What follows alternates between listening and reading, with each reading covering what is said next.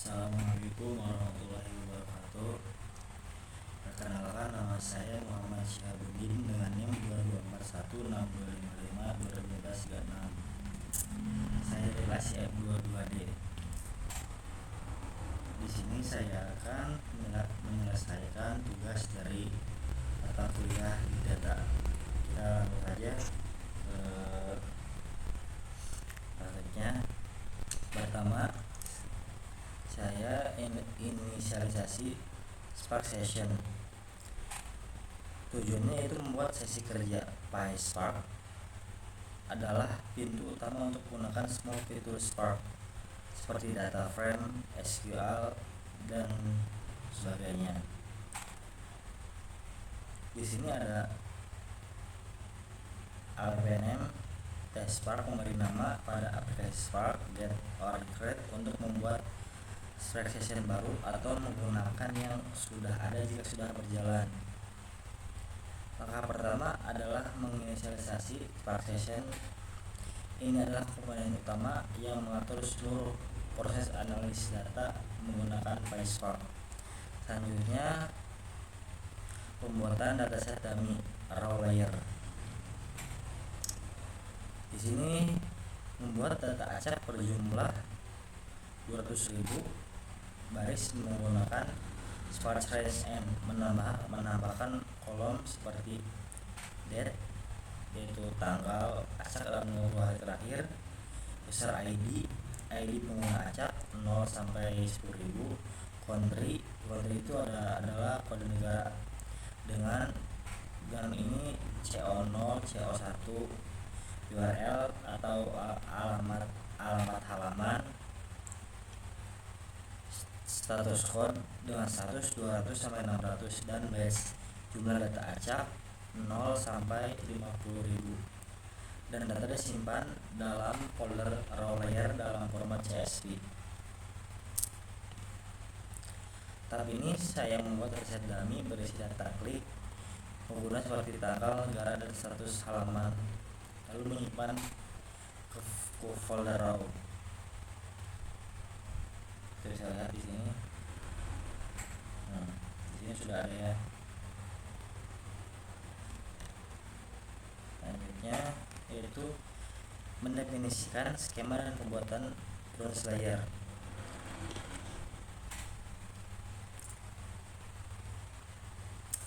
Penjelasan struct type dan struct field digunakan untuk mendefinisikan tipe data setiap kolom.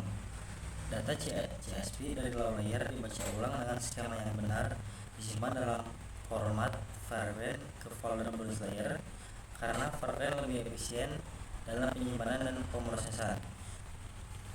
Saat data mentah dibuat yang tadi, saya mendefinisikan struktur data agar persisten. Lalu saya simpan dalam format variable di bronze layer. Bisa lihat di sini di bronze. Lihat di sini. Selanjutnya saya menampilkan data bronze layer. Membaca kembali data dari bronze layer. Di tahap ini saya menampilkan beberapa contoh baris data yang menghitung jumlah keseluruhan dan memastikan proses konversi berhasil. Jadi saya sudah melihatkan data bronze layer sudah ada. Selanjutnya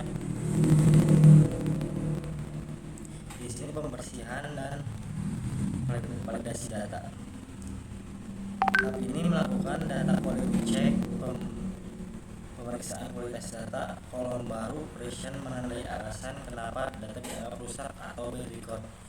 Kondisi yang diperiksa yaitu ada user ID kosong seperti 0 user, status di luar 200 sampai 599 yaitu diinginkan base status, dan URL kosong atau empty URL, dan base negatif atau negatif base. Data yang tidak bermasalah atau good record bisakan menggunakan join anti.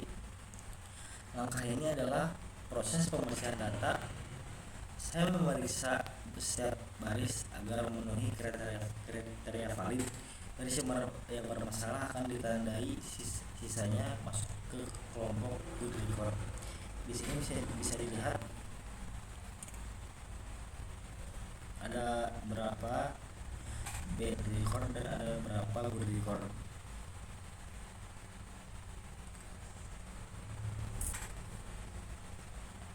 Selanjutnya saya menyimpan data bersih dan data rusak. Setelah proses pembersihan, hasil data dibagi dua, yaitu data bersih yang good tadi disimpan dalam folder good atau ini disebut silver layer. Data rusak atau B disimpan ke folder quarantine layer. Format penyimpanan tetap perfect karena efisien dan siap digunakan untuk analis berikutnya. Mode override digunakan agar folder lama otomatis ditimpa dengan data yang baru. Untuk setelah proses validasi, data dibagi dua. Data yang saya simpan ke silver layer sebagai data siap analis, sedangkan data yang bermasalah saya simpan ke quarantine agar bisa ditinjau kembali.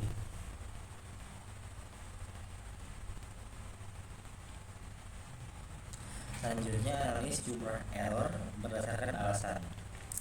Di sini baris ini menghitung jumlah data rusak berdasarkan penyebabnya.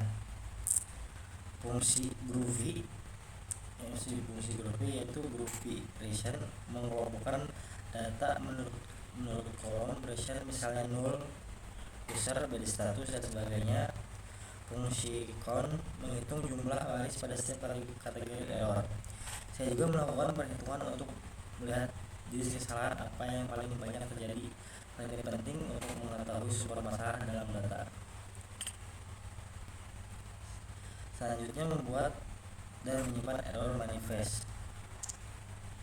Terakhir saya membuat file manifest yang mencatat semua jenis file kesalahan dan jumlahnya.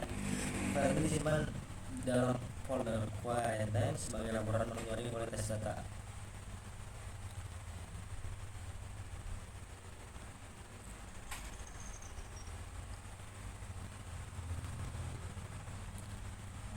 Selanjutnya membuat laporan proses atau run report. Bagian ini membuat laporan otomatis run report dari seluruh proses pembersihan data. Informasi yang dicatat antara lain ada raw ins, total baris data awal, raw bed, jumlah data bermasalah, raw oke, jumlah data bersih, error rate, persentase error, dan sukses rate. Tingkat keberhasilan pembersihan data. Data disimpan dalam format JSON ke file. Selanjutnya membaca data singkat untuk analis selanjutnya. Membaca kembali data bersih yang sudah disimpan ke silver layer. Data ini menjadi dasar untuk analis lanjutan ke tahap berikutnya, yaitu gold layer.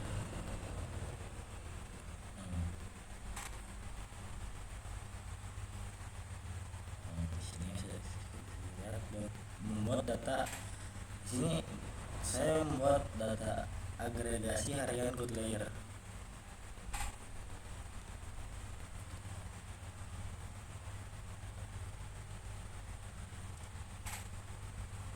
Selanjutnya menyimpan data tersebut, menyimpan data agregasi ke good layer.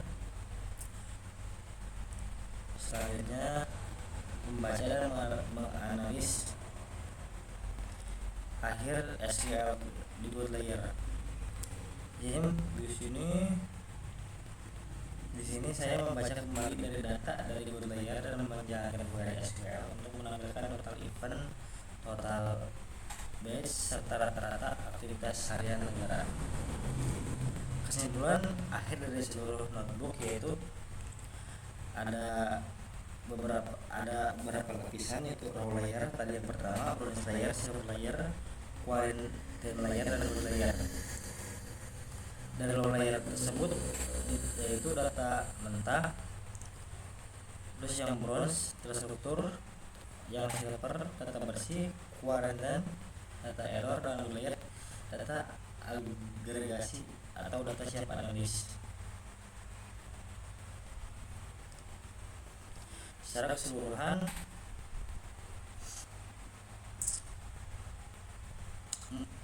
notebook ini membangun pipeline data lengkap dengan konsep medallion arsitektur, mulai dari raw, bronze, silver hingga good layer. Prosesnya mencakup pembuatan data, pembersihan, pelaporan, dan agregasi. Siap analis menggunakan PySpark. Mungkin itu saja yang dapat saya sampaikan. Mohon maaf apabila ada kekurangan. Wassalamualaikum warahmatullahi wabarakatuh.